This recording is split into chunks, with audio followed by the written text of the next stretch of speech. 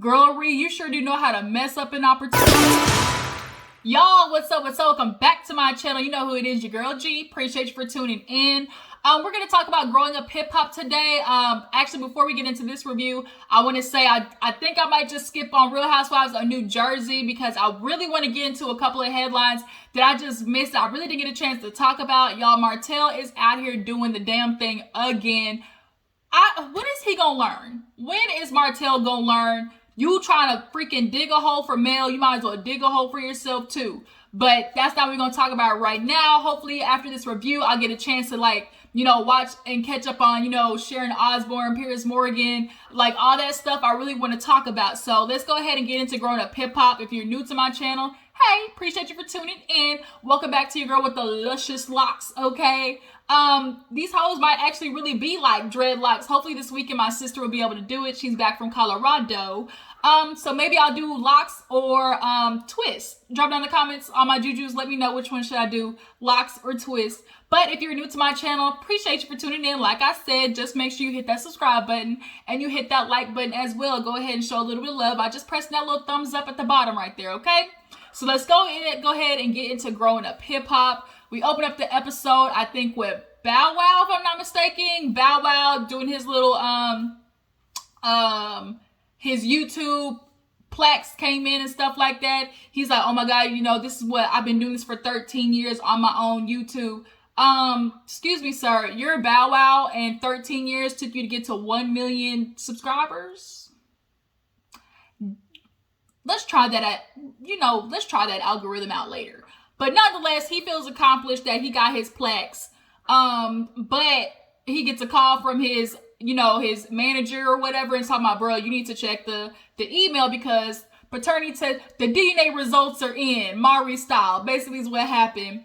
And B's looking at him like, bruh, that baby did kind of look like you. Bow's like, I just don't see, I just don't see. Shy, when you see her, that's Lil Bow Wow right there, which is true. Y'all, Shy, she's gonna be big. She's singing. Joey posted a picture of her singing. Y'all know Bow's ex, the baby mother. I think, Joey's her name. She posted a video for Shy singing. She is on it. She's acting already. Got her little cameos and stuff like that. Bow Wow, she might be just a little bit bigger than you. And we already know she cooler than you. Her mom is a dancer, so she's going to have the moves. She going to be on it. But besides Shy, Bow Wow, he want to be in denial that the baby ain't his, but we all know it was. You be out here thought in these streets. They got that community dick. But after that, we see Deb in the studio with Waka, and they're trying to convince him to let out more music. Waka, just do one, two, three more songs. When I tell you, Waka used to be my favorite fucking artist.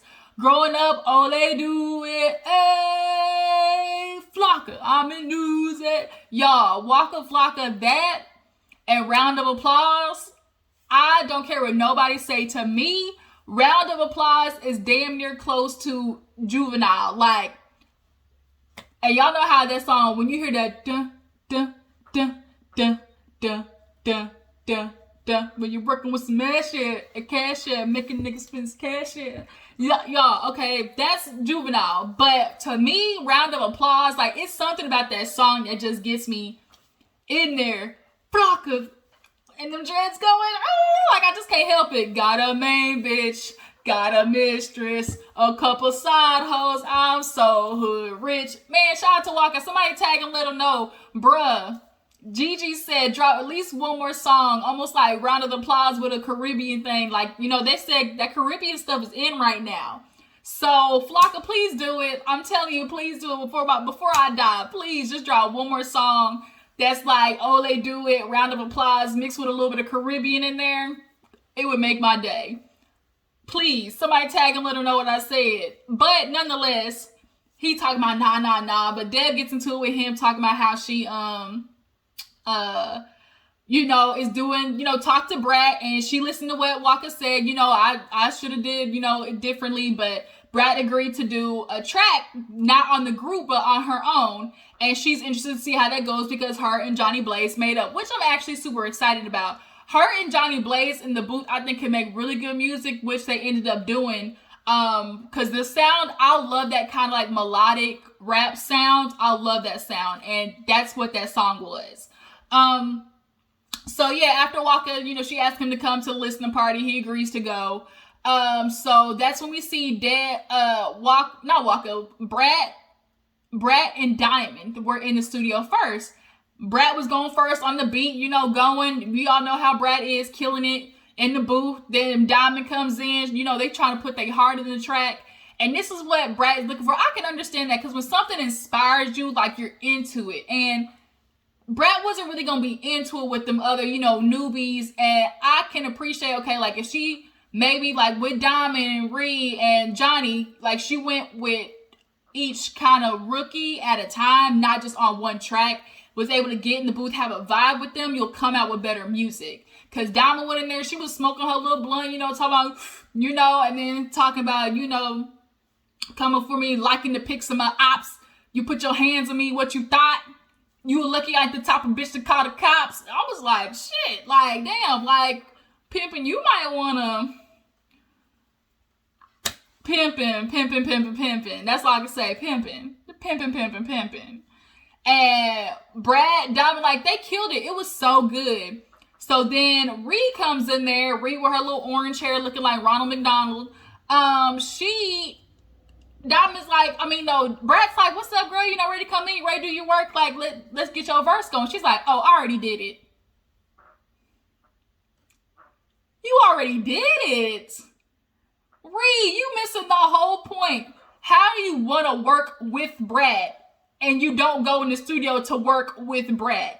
You said, you sent it to me, so I went ahead and did it at home. Like, you didn't tell me, like, I had to do it here.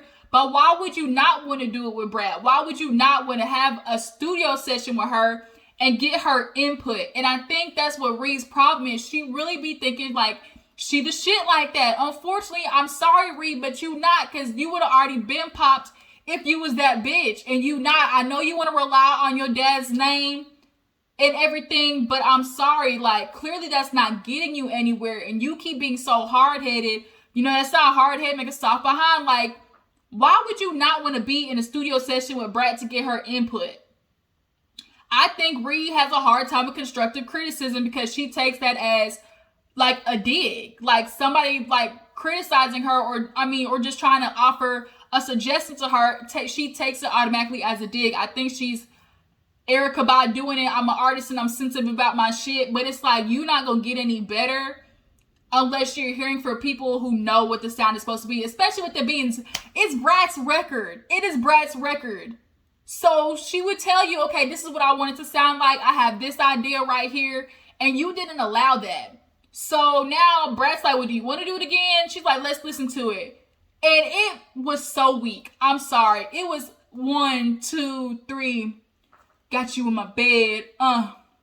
Laying on my chest. And like, that song was really needing kind of like a more, like a rap tempo and then slow it down. Rap tempo, slow it down. And she was just giving real newbie rapper bass. And the minute you get, like, Brad was trying to get into it and she was just like, and then so Blaze comes in and all the girls be like, hey, and Blaze got emotional. I think what made her emotional is she's not used to such a positive immediate response. So the fact that she got that from the ladies, like, I think it took her by surprise and made her emotional just knowing that people were excited to see her because she's so used to people being on the defense, or when she walks in the room, it's, here come Jhonni, like, what's she gonna do today? And I appreciate seeing her cry. I'm really enjoying watching Jhonni Blaze grow. Jhonni Blaze to me is similar to Akbar V. Y'all see Akbar V is really starting to catch a little bit more traction with her music. She did like a freestyle or something, like no hook, like on her YouTube, girl. She was in a white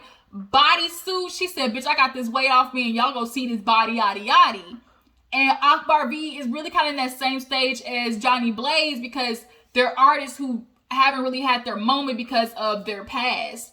And because they're so goddamn hard to, you know, click with, but now they're learning their lesson. And the fact that Jhonni was just like emotional, like she has this opportunity to work with Brat, like it just made her emotional. And I can appreciate seeing her like really into it. And she got down on the music fast. Brat's like, this is how I hear it sounding in my head, you know, a run right here. And she's like, bitch, I got it. She goes in there talking about all I want is you. And then going. And it sounded so good. Reed, like, what the fuck were you thinking, bro? Like, how would you not want a session with Brat? Like, I digress. So after that, Bow Wow, he finds out, use the pappy, and results when it comes to Baby Stone, I think that's his name, you are the father. What? I told you, Mari. I told you. Look at his eyes, Mari. Look at his motherfucking nose, Mari. That's his baby daddy. I told you. Look, that's how that was supposed to go.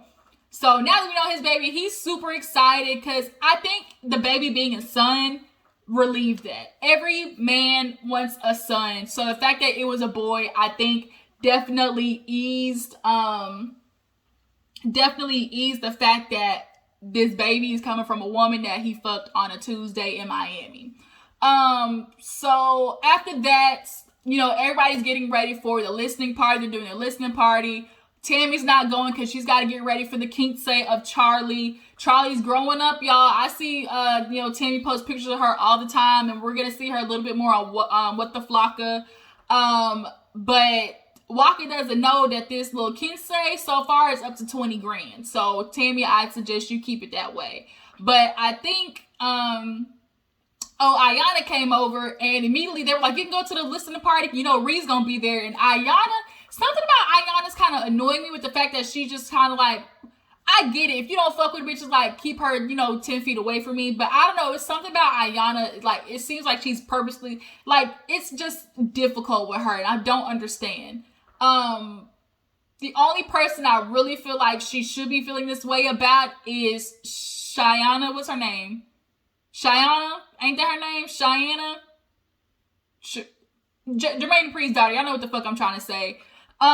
Because what she said and how she like reacted to it and not feeling like she doesn't owe no apology, that's who you really should be beefing with because that was your friend at one point.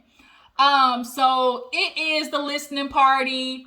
Diamond's going, we all know pimping. He's trying to, go, and he already knows like he better have his dukes up because people gonna be looking at you sideways knowing what the fuck you did. Putting your hands on her. And so everybody's there, Jhonni, Diamond, and Ree comes in with that horrible ass wig looking like she melted Crayolas on there. Ayana is in there double cupping and she got a wine in this hand and a wine in this hand. And she looking at Ree, she see her, she looking at Shayana, what the fuck her name is. And Jermaine Dupri's daughter's like, I see her, but I'm not going to say nothing. We ain't going to talk. And it's like, do you understand what y'all are really beefing over is really not that big? It's just a learning moment for you. Shay, whatever the fuck your name is.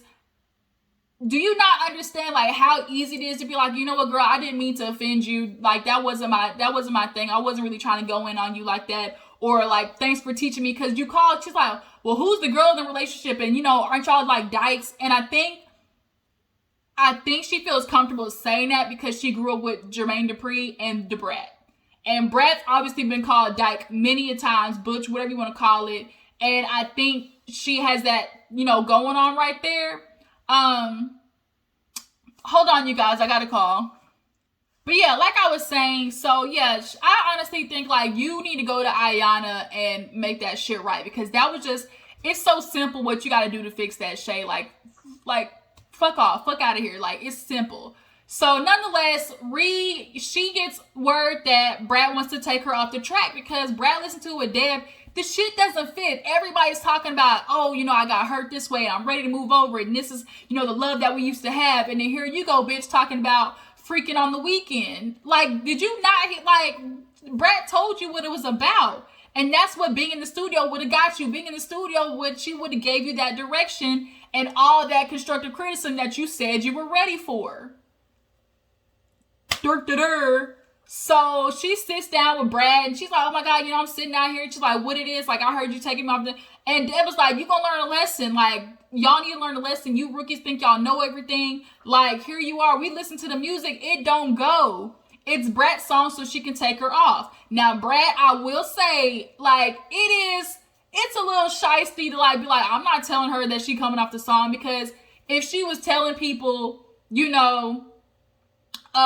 if she's telling people, you know, oh, I'm gonna be on this song with Brat, and she got embarrassed, like, you get there, you listen, it's like, what the fuck? Like, what is going on? Like, I got here telling people that I'm on the song and I'm not on the song anymore. Like, damn, that's embarrassing. But I think Brat did that to her to teach a lesson, like, girl, you really not all that you say you is. But nonetheless, she's talking, she's like, well, Brat said, and Brat's like, wait a minute, I hear my name. Okay, what you talking about? And she's like, well, I'm just saying, like, you taking me off the song, can't tell me, like, you didn't even give me a chance to fix it. She's like, girl, I told you what the song was about. It was about pain, throwing your heart out there. Why are you talking about freaking on the weekend? Like, why don't you want to put that on the track? Because you with a nigga for 8 years that ain't even giving you a ring, and you begging him to give you a ring, and you not going nowhere, Ree. You staying with a man that you talking about, oh, you ready for marriage, and he not giving you nothing. You better talk about that shit. Like, I guarantee y'all done been through a lot of shit in y'all's relationship. But you don't want to put it out there because you know your ass gonna look stupid. You already look stupid in this situation, dodo bird. So Diamond tried to tell her, like, look, Ree, like, you know, I understand, because she's like, maybe we can help you write. And she's like, I don't need help writing. And it's like, bitch, obviously you do. All right, y'all, sorry I'm back. Let's pick up where we left off, which was Ree trying to convince Brat and Deb that, oh, she's ready to be down and listen and take constructive criticism. And Brat was telling her, like, girl, you need help writing. And she's like, we could have helped you write it. She's like, I didn't need help. And Diamond's like, well, I didn't need help either, but it's not about needing help writing. It's about, is it a fit for Brat's song? Because this is her song. Ree, this is not about you. You can't sit here and put something out there that don't fit in what the goddamn song is about and to be mad when she takes it off. Like, that's why being in the session with Brat while you were creating your verse would have helped you out. I mean, it literally is easy as ABC. Ree, you really keep trying to single yourself out, and it's not gonna work. You gonna be isolated because you really don't want to cooperate, and it's honestly annoying because we try to root for you, girl. We were rooting for you. We were all rooting for you type shit, but you keep making it hard. And y'all saw how petty Ayana was being when she came over to say hi to Deb. And she's like, I see y'all already wrapped up in a little something, so I'll catch you later. And it was like, it basically like was a little petty shade towards Ree. I thought that shit was so petty. But Diamond was over there like, it's not, you know, this is Brat's song. Like, we gotta be open to, you know, being produced. And Brat hit her with, you know, Diamond, we're the vets, you know, maybe she wouldn't understand like that. And so I don't know, Ree was like, no, that's what we're not going to do, talking about vets. And Brat was like, did she just tell me that's not what I'm not going to do? You know, Brat was already in her drinks, you know, drinking and stuff. So basically, it's like, she's like, man, F this, I'm not going to keep going back and forth with you. So Deb gets up, announces that, you know what, we had 2 months and all we got is one fucking single. Like, how in 2 months? I know people who in a week knock out 10 singles. Like, all of y'all only knocked out one damn song. Like, y'all really don't want that shit. Y'all got comfortable. Y'all got comfortable with being on TV. Y'all got comfortable with, oh, we already got one song. Like, y'all were just expecting that to be, like, what it is. So, Deb basically said, we gonna play this single. And it was Brat's, you know, song. Well, it starts playing and the shit sounds terrible. There's no boom, no surround sound. Like, where the fuck are the speakers at? And so Brat's like, cut that shit off. Like, we're not getting ready to do this. And it did sound bad. And obviously Jhonni's annoyed because she's really trying to re-enter herself into this industry. She's trying to prove herself. So having that happen, she gets pissed off, talking about, I'm mad. I'm pissed off. Like, I really do this shit. I take my craft seriously. I'm an artist and I'm sensitive about my shit. Is what basically Jhonni was saying. So Brat picks up and leaves and like, see, I'm not doing this bullshit. And Jhonni starts going off and everybody's looking at her like, okay, Jhonni, we get it. She's like, man, I done did this. I put my heart into everything. I know we all slacking. Nah, quit sugarcoating that shit, Dad. We was all slacking. And then everybody's looking at her. She's like, man, fuck this shit. Somebody give me a blunt. And she walk out. And Deb was like, here we go with Jhonni. Like, I know Brat told me not to work with her. Here she going off. And like, we get it, Jhonni, but girl, you really got to control your anger. You really got to control how you lash out. And Diamond was right. Yeah, I get, like, I'm upset too. I'd be mad if my music wasn't, played to its fullest capability. But this professionalism, bitch, you can't keep going off like that every time you get wound up in your emotions. You see Kai try to go over there and cool down Blaze. He was trying to tame that fire, okay? Trying to tame that Blaze. Buddy, I don't think he can handle that one. But Deb goes out there and was like, bitch, you causing all this commotion outside. The cops gonna pull up. Like, what is the problem, Jhonni? Like, you need to simmer. And she's just like, nah, nigga, that's some bullshit. Like, you really gonna do us like that? Like, I really put my music out there and everything. I'm trying to show people I'm for real. Like, Jhonni, we do know you for real, but it's not the music that we're worried about, bitch. It's you. So because I love you, sis, I'm telling you, like, you gotta get a hold of them emotions, hun. Please do. Immediately. And then that's where the episode ended. So y'all tell me how y'all feel about Ree doing this single on her own. Who do y'all feel is wrong in the situation of Ayana and Jermaine Dupri's daughter? Shania. I think that's what it is. Who do y'all think should come and apologize first? And do y'all think Diamond and Pippin's gonna get back together? That's a good question. I'll catch y'all later. We're gonna do an episode of Daily Squeeze and talk about these headlines. So I will catch y'all in the next video. Deuces.